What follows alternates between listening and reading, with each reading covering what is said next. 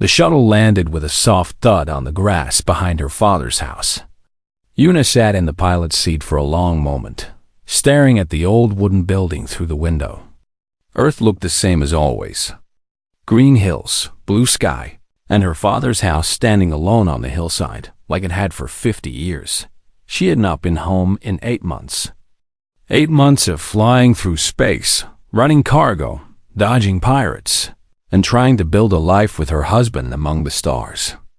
Now she was back, and she felt tired in her bones. Yun had climbed out of the shuttle and walked toward the house. The grass was wet with morning rain. She could smell the earth and the trees, and for a moment she felt like a child again, running up this same hill to find her father waiting at the door. He was waiting now. Do-hyun stood on the porch with his arms crossed, watching her approach. He was old now, his hair white and his face lined with age, but his eyes were still sharp. Those were the eyes of a man who had commanded warships and fought battles across the solar system. "Yuna," he said as she reached the porch. "Father." She climbed the steps and let him pull her into a hug. He smelled like tea and old books. Do-hyun held her at arm's length and looked at her face. Then he looked past her at the small shuttle sitting in his field. His eyebrows went up. "Where's your ship?" he asked. Yuna had known he would ask. Of course, he would ask. The Silk Road was her pride, her home, her freedom. She had bought that ship with 10 years of savings and rebuilt it with her own hands. Everyone who knew Yuna knew that she never went anywhere without her ship. "It is a long story," she said. "I have time." Do-hyun turned and walked into the house. "Come, I will make tea." The inside of the house was warm and quiet. Yuna sat at the old wooden table while her father boiled water and prepared the tea. Everything was the same as she remembered. The photographs on the wall showing her mother, her sister Yoonji, and herself as children. The medals from her father's military service. The window that looked out over the valley. Do-hyun set a cup in front of her and sat down across the table. He waited. Yuna took a sip of tea. It was too hot, but she drank it anyway. "My husband's mother took my ship," she said. Her father blinked. "What?" "My husband's alien mother took my ship." Do-hyun stared at her for a long moment. Then he leaned back in his chair. "Tell me everything." So Yuna told him. 3 weeks ago, she and Taiwu had been flying through the outer territories. They had just finished a cargo run to one of the mining colonies and were heading back toward the inner systems. Life was good. The ship was running well. Taiwu was cooking dinner in the small kitchen while Yuna checked their course. Taiwu was half human and half Valari. His father had been a human diplomat who fell in love with a Valari warrior woman. The relationship had not lasted, but Taiwu had been born from it. He had grown up among the Valari, learning their ways and their fighting styles, but he had chosen to live among humans. He said humans were more interesting. They laughed more and worried less about honor. Yuna had met him 3 years ago at a trading station. He had been working as a translator, and she had needed someone to help her negotiate with a group of Valari merchants. One job had led to another, and somehow they had fallen in love. They married a year later in a small ceremony on Mars. His mother had not come to the wedding. His mother had not spoken to him in 5 years. Taiwu said she was disappointed that he had left the Valari fleet to marry a human woman. Yuna had never met her and had no wish to meet her. But 3 weeks ago, the universe had other plans. The warning alarm had screamed through the ship. Yuna ran to the control room and looked at the scanner. A massive ship had dropped out of faster than light travel right in front of them. It was a Valari warship, bigger than anything Yuna had ever seen up close. Its hull was dark purple, covered with weapon systems and armor plates. "What is happening?" Taiwu came running from the kitchen, a cooking spoon still in his hand. Yuna pointed at the screen. "Valari, a big one." The communication system crackled. A voice came through, speaking in the Valari language.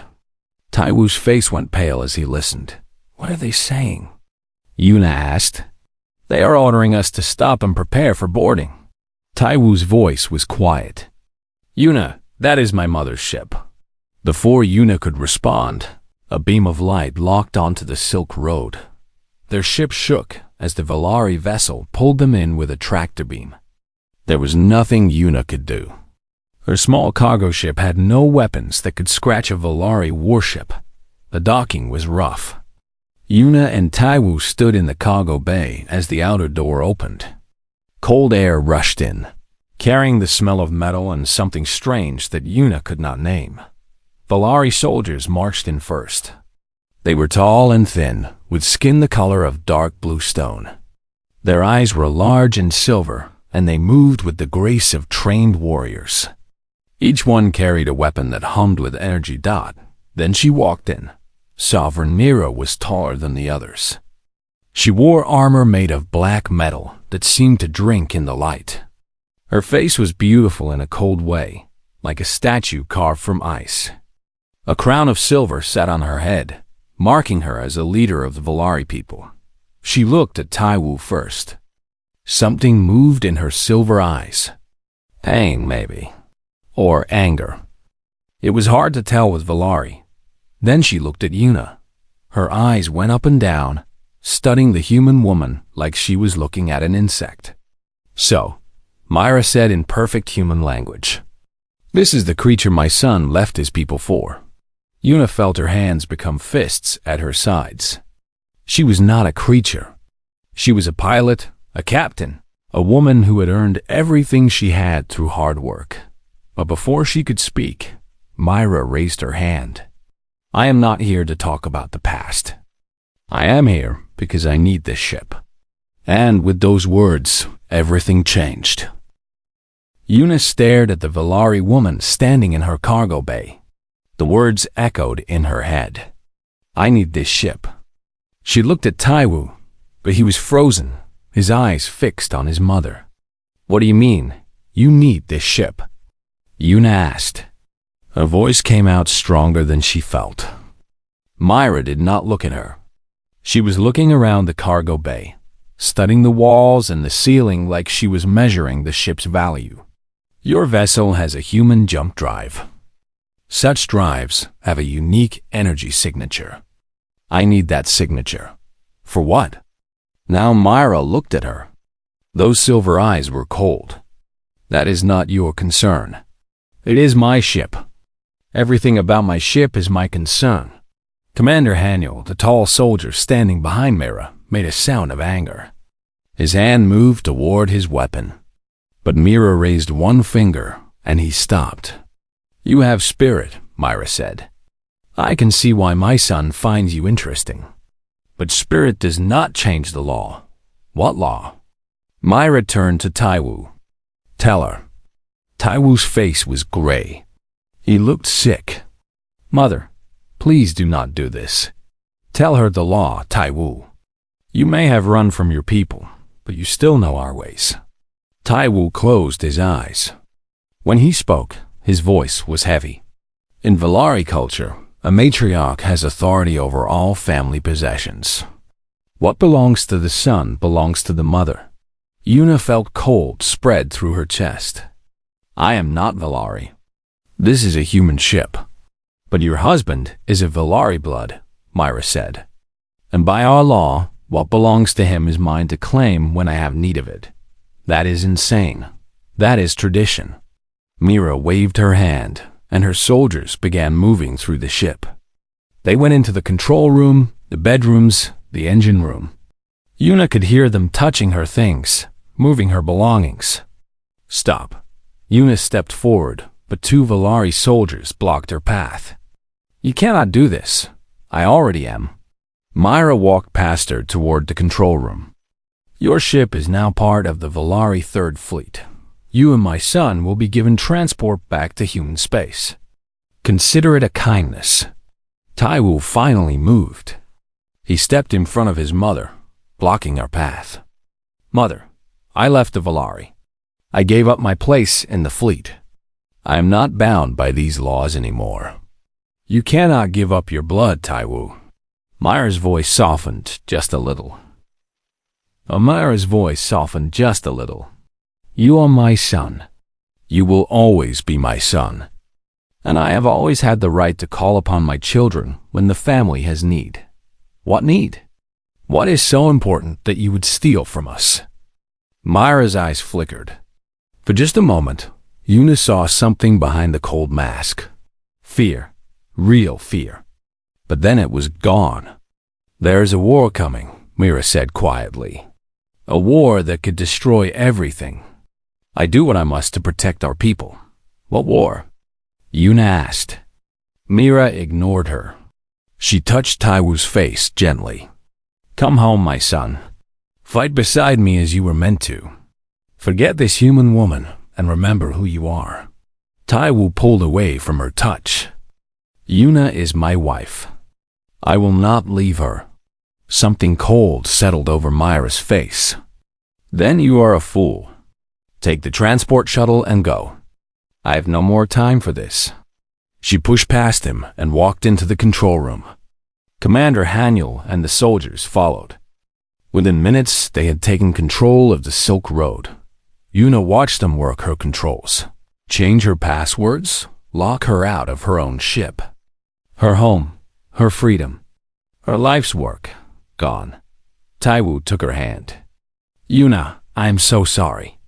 I never thought she would find us. I never thought she would do this. Yuna did not respond. She was watching Myra through the control room window. The Valari sovereign was giving orders, pointing at screens, moving like a queen in her palace. But Yuna had seen that flash of fear in her eyes.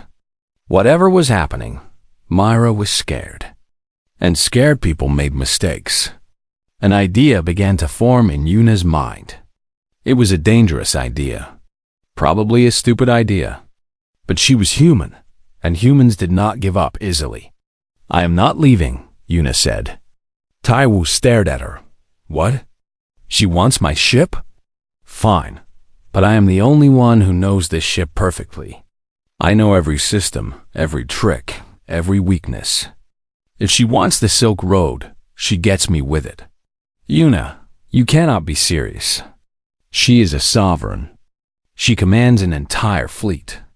She could kill you without thinking. Then, I will give her a reason to think. Yuna pulled her hand free and walked toward the control room.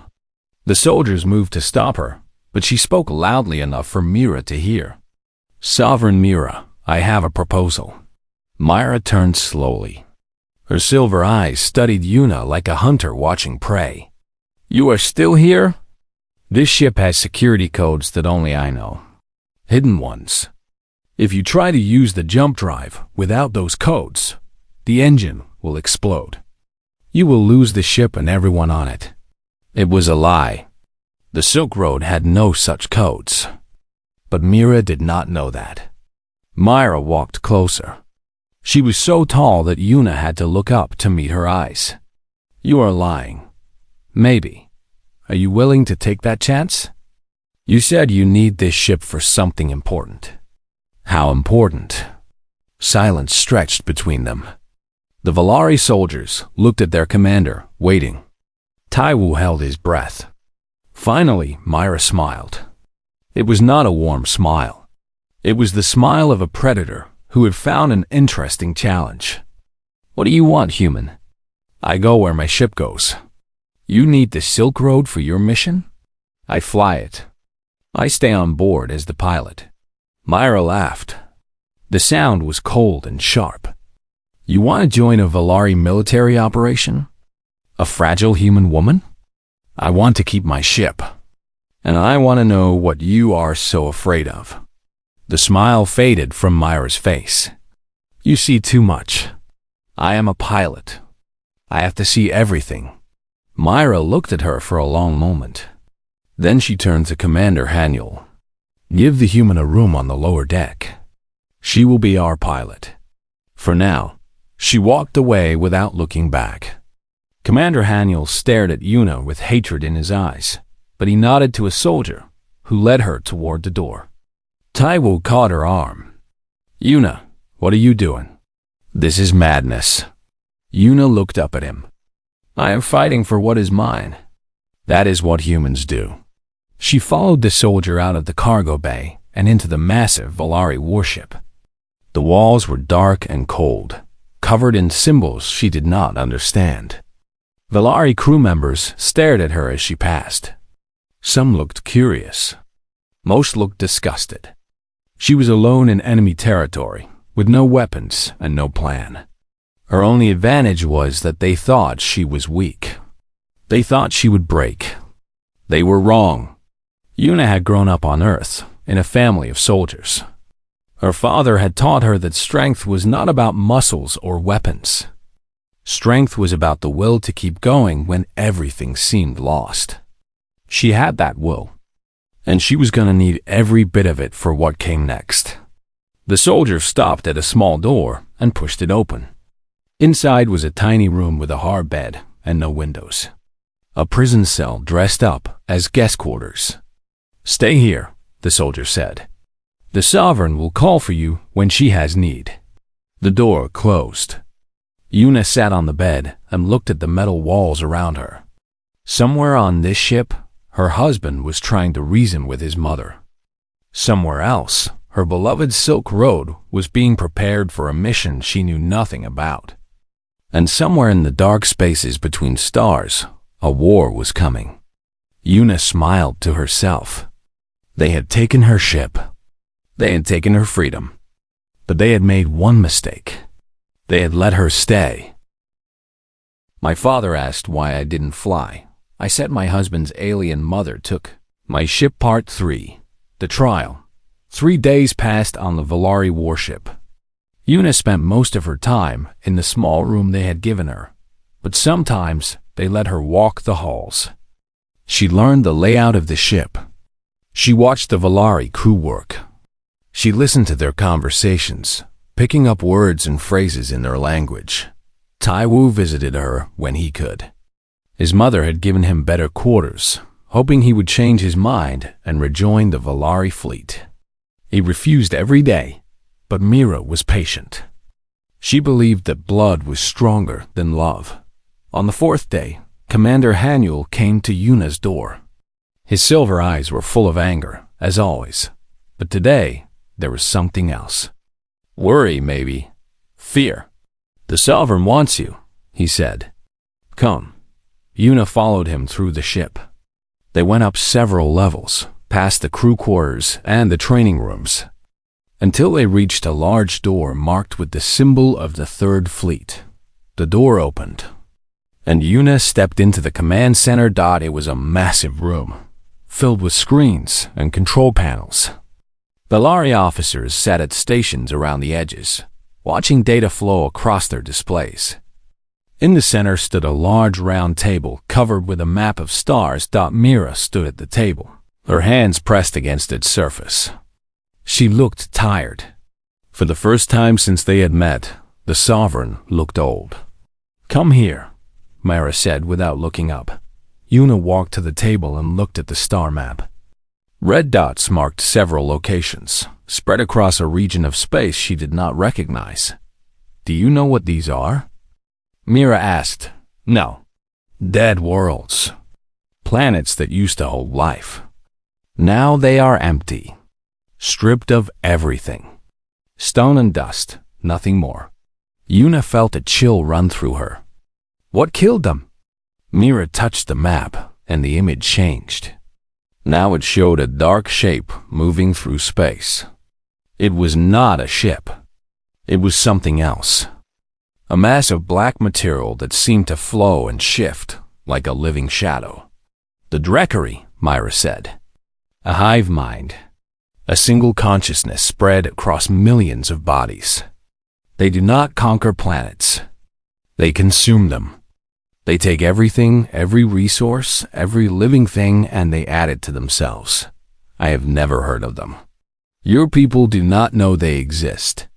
We have fought them in secret for 30 years, trying to keep them away from the inner systems. We have lost many ships, many soldiers, Many worlds. Myra's voice was heavy with grief. And now they are getting closer. The map changed again. This time, Una recognized the stars. The Sol system, Earth. Their next targets are here, Mira said, pointing to a small planet near the edge of human space. Colony 12? 40,000 humans live there. After that, they will move inward. Your Earth could fall within 10 years. Una stared at the map. 40,000 people, families, children, all of them in danger from something they had never heard of. Why are you telling me this? She asked. Mira finally looked at her. Those silver eyes were tired and sad. Because I need your ship. Human jump drives have a unique energy signature that the Drekari cannot detect. Your ship can slip past their sensing networks. We need to strike at their main coordination cluster, the brain of the hive. Destroy it, and the Drekari will fall into chaos.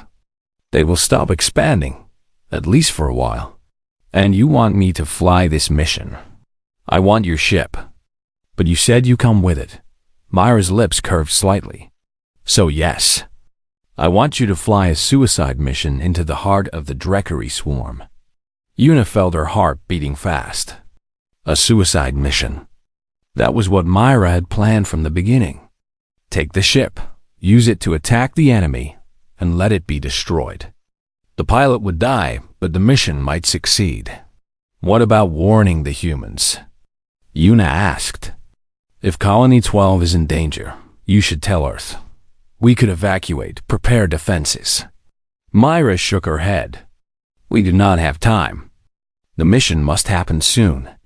Your people would ask questions, demand explanations. They would slow us down. So you would let 40,000 humans die without even warning them. I would sacrifice 40,000 to save billions. Myra's voice was cold. That is what leadership means. Making the hard choices. Una felt anger rising in her chest.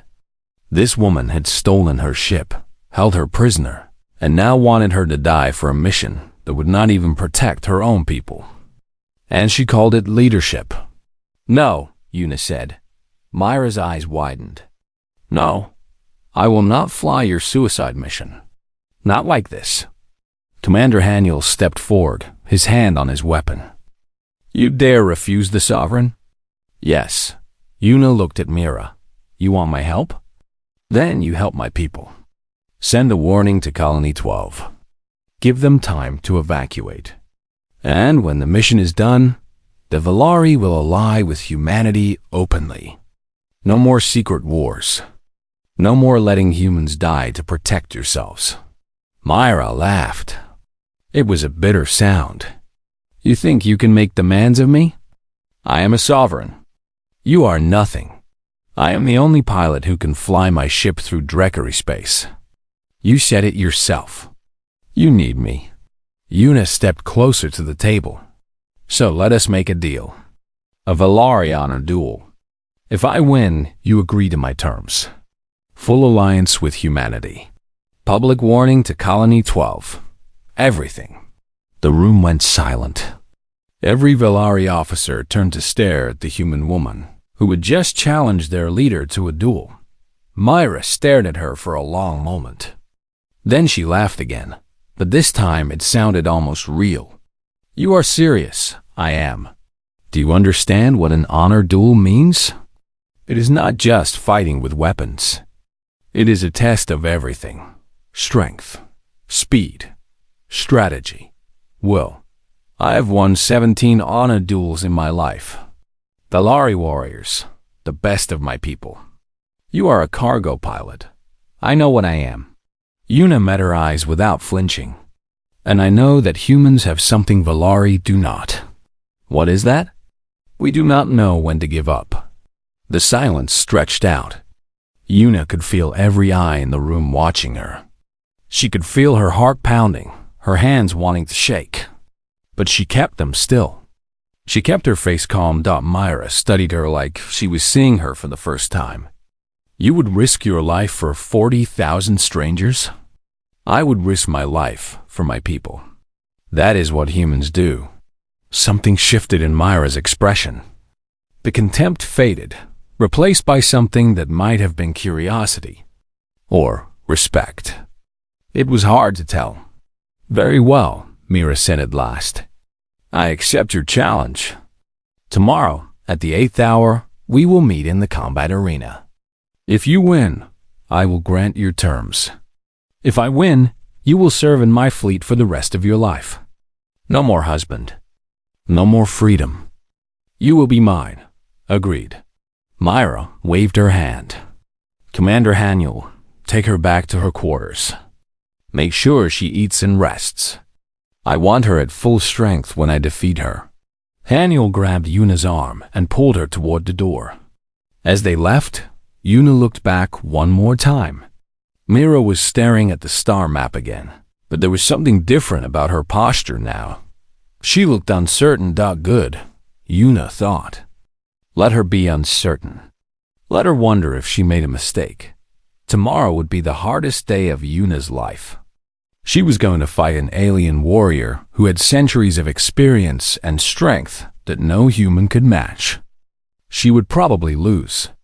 She would probably die. But she had to try. For the 40,000 people on Colony 12. For Earth. For every human who had ever been told they were too weak, too small, too fragile to matter. She was going to show them what humanity could do. My father asked why I didn't fly. I said my husband's alien mother took my ship. Part 5. The alien Seguna finished her story.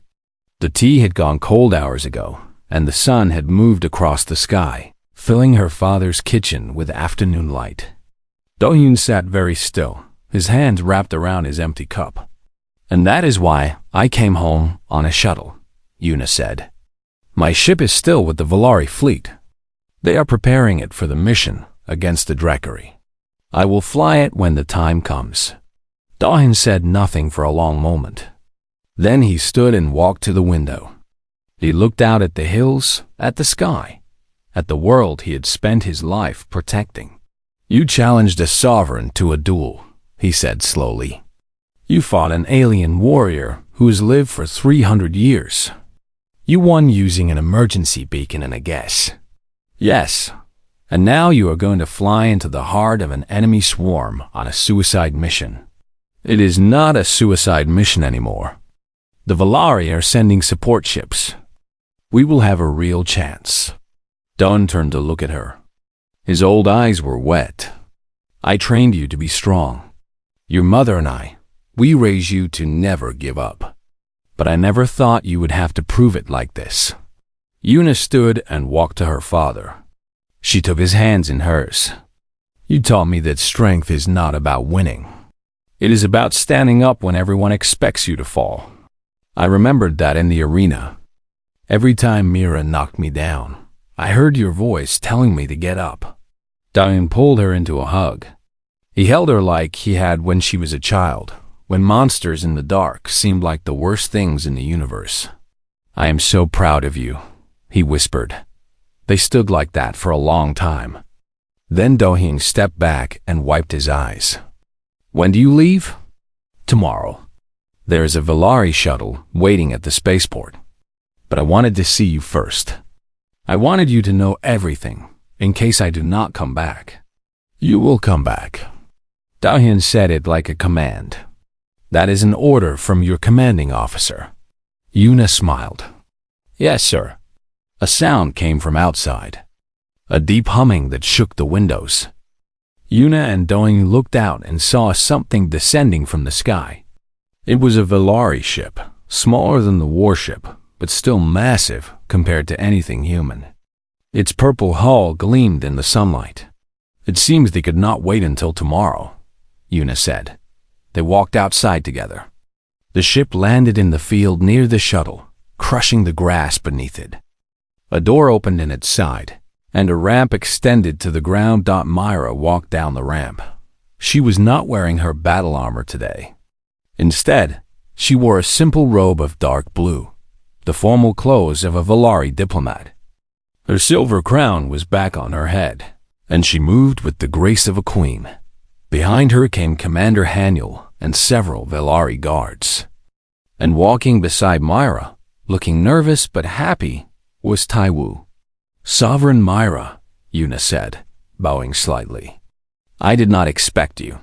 I came to return something that belongs to you." Mira gestured, and a smaller ship appeared in the sky. The Silk Road descended slowly, landing beside the Velari vessel. Yuna's heart jumped at the sight of her ship. "You fixed the damage," Yuna said. "We improved it. New shields, better weapons, faster engines." Myra walked toward her. "Consider it a gift. From a mother to her daughter." Yuna stared at her. "Daughter, you are married to my son.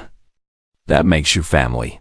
Myra's silver eyes softened just a little. "I did not understand that before. Among my people, family is about blood and duty. But you taught me something in that arena. Family can also be about choice, about courage, about standing together when everything is against you." She turned to Doyun. "You must be her father. I can see where she gets her strength." Doyun bowed stiffly. He was a soldier, and soldiers respected strength, even in their enemies. "Sovereign Myra, my daughter told me about you. All bad, I am sure. Mostly. But also that you keep your word. That is something." Myra smiled. It was the first real smile Yuna had seen from her. "I like him. Direct and honest. Rare qualities in any species." Taiwu came forward and took Yuna's hand. "I told you she would come around. You said nothing of the kind. I thought it very loudly." Mira looked at the two of them together. Something soft passed across her face. "I spent 5 years angry at my son for leaving, for choosing this human life over his Velari duty. But I see now that he did not leave his duty. He found a new one, a family worth fighting for." She reached into her robe and pulled out a small metal pendant. It was shaped like a star, with the symbol of the Third Fleet carved into its center. "This is the mark of the fleet," Myra said. "It is given to warriors who have proven themselves in battle. Only 17 have been awarded in the last 100 years." She held it out to Yuna. "You are the 18th, and the first human ever to receive it." Yuna took the pendant. It was heavier than it looked. "I do not know what to say. Say you will fly well when the time comes. Say you will bring my son home safe. I will do my best. That is all any of us can do." A communication device beeped on Commander Haniel's belt. He checked it and turned to Myra. "Sovereign, the diplomatic vessel is ready. The human leaders are expecting us in 3 hours." Myra nodded. "We must go. There is much to discuss with your Earth governments. Treaties to sign. Warnings to send. A war to prepare for." She looked at Yuna one more time. "I will see you at the fleet gathering. Do not be late." She walked back toward her ship. At the ramp, she paused and looked back at Doyun. "Your daughter fights like nothing I have ever seen. She does not stop. She does not surrender. She finds ways to win that should not be possible." Myra's voice was quiet but clear. "You should be very proud." "I am," Doyun said. Myra nodded once and walked up the ramp. Commander Haniel followed, and the door closed behind them.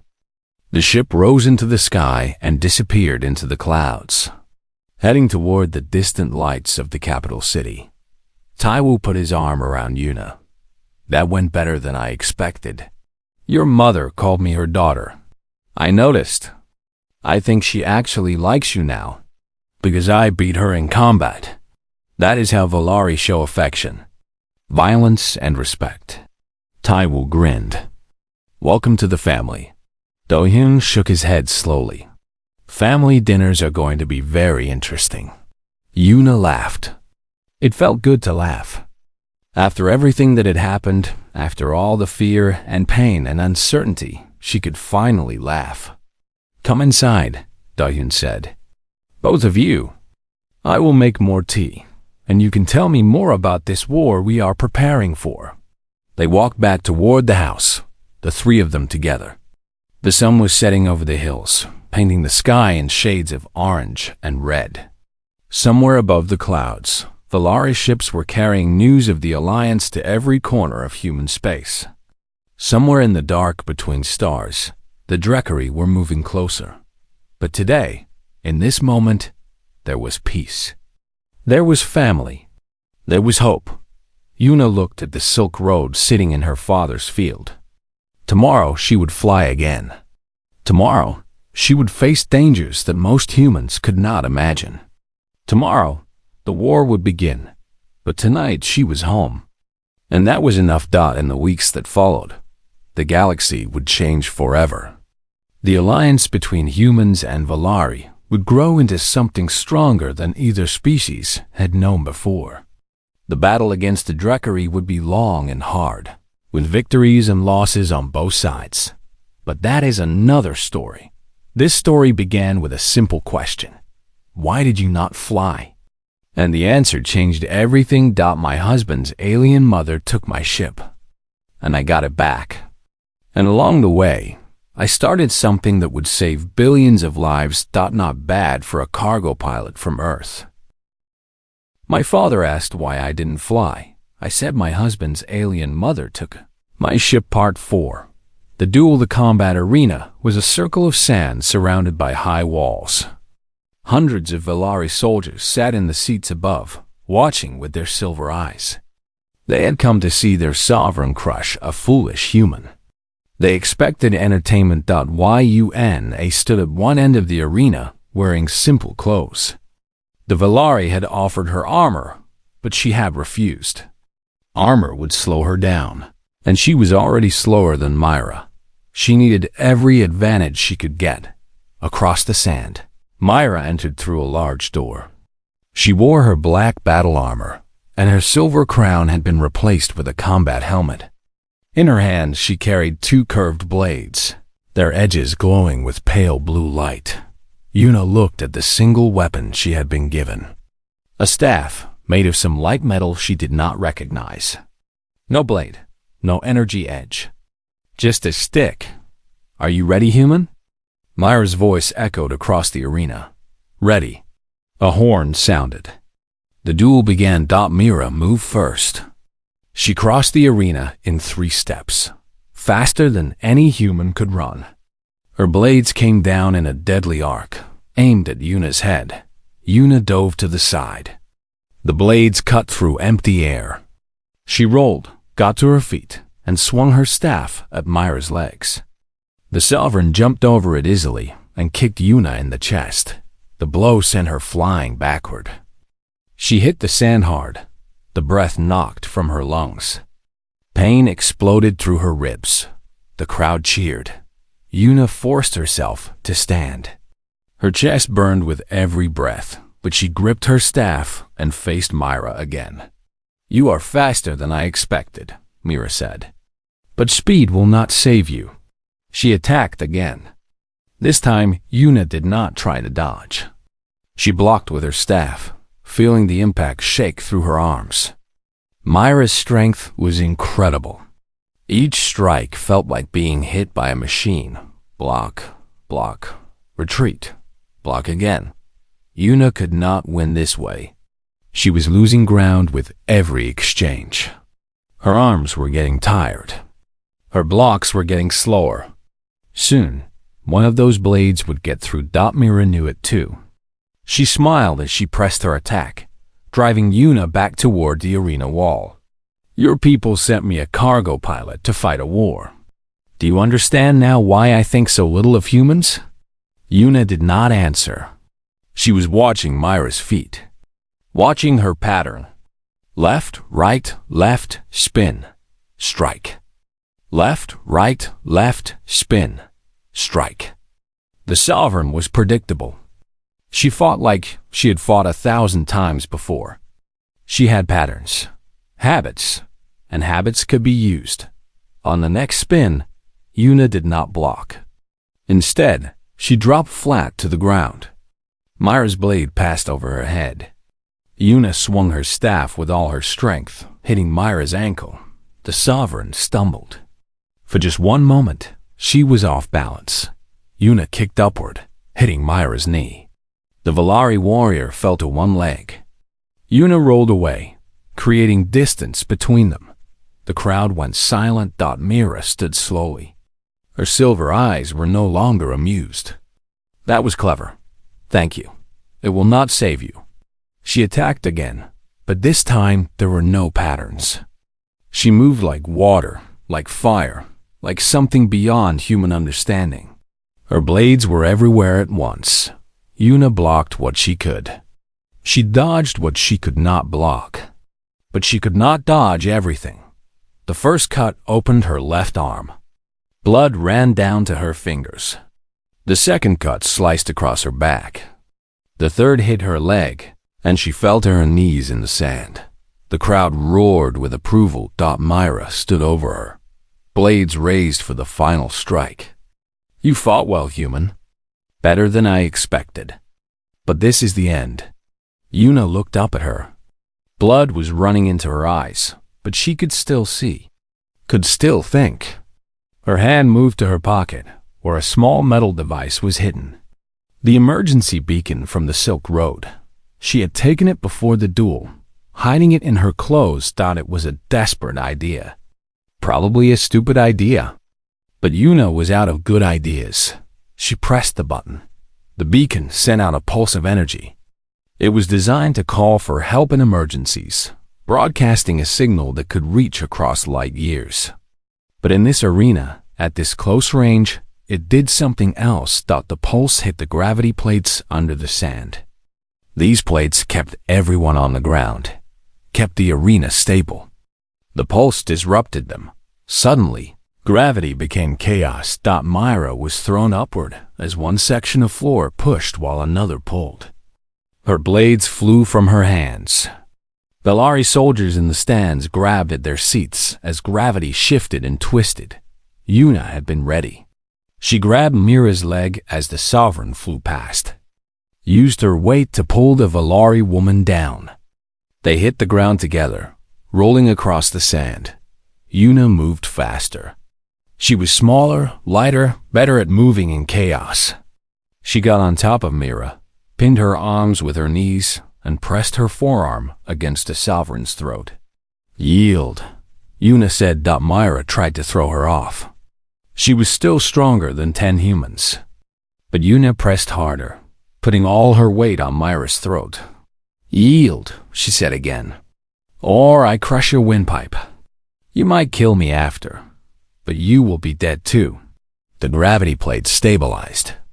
The chaos ended, but Yuna did not move. She kept her position, kept her arm pressed down, kept her eyes locked on Myra's. The arena was silent. Every Valari was staring at the impossible scene. A human woman had pinned their Sovereign to the ground. Myra's silver eyes were wide with shock. Then, slowly, something else appeared in them. Understanding. And beneath that, something that might have been respect. I yield, Myra said. Yuna did not move for a moment. She was not sure she had heard correctly. I yield, Myra repeated, louder this time. The duel is over. The human wins. The silence stretched out. Then a single Valari soldier began to pound his fist against his chest. The traditional salute of respect. Another joined him. Then another. Soon, the whole arena was filled with the sound. Yuna climbed off Myra and stood on shaking legs. Blood was still flowing from her wounds. Her whole body screamed with pain, but she was alive. She had won. Taiwu ran onto the sand. He had been watching from a special box near the top of the arena. Now he caught Yuna as her legs gave out, holding her up. You did it, he whispered.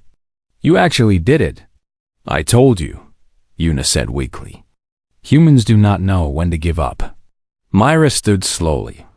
Her armor was covered in sand, and there was blood on her face where she had hit the ground.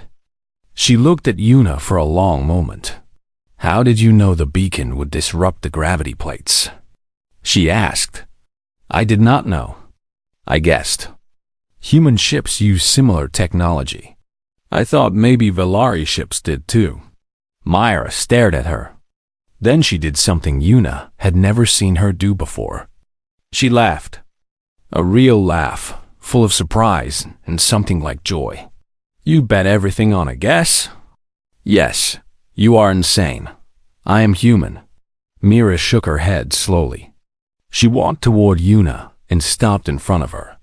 For a moment, Yuna thought the solver might attack again, might claim the duel was unfair. Instead, Mira bowed. It was a deep bow, the kind given to warriors of great honor. I gave my word, Myra said. The Valari will ally with humanity. We will warn your colony. And when we fly against the Drekari, we will fly together. Yuna bowed back as deeply as her wounded body allowed. Thank you. Myra turned to her soldiers. What you saw today, remember it. The humans are not weak. They are not lesser beings. They are warriors of a different kind. And from this day forward, they are our allies. The soldiers pounded their chests again. The sound filled the arena like thunder. Taiwu helped Yuna toward the medical bay. As they walked, he looked at her with wonder in his eyes. My mother has never lost a duel before. Not once in 300 years. There is a first time for everything, Yuna said. She looked back one more time. Mira was standing alone in the center of the arena, watching her go. The sovereign raised her hand in a gesture of farewell. Yuna raised her hand in return. The war was still coming. The Drekari was still out there, hungry and endless. But for the first time, humanity would not face them alone. And it had started with one woman who refused to give up her ship.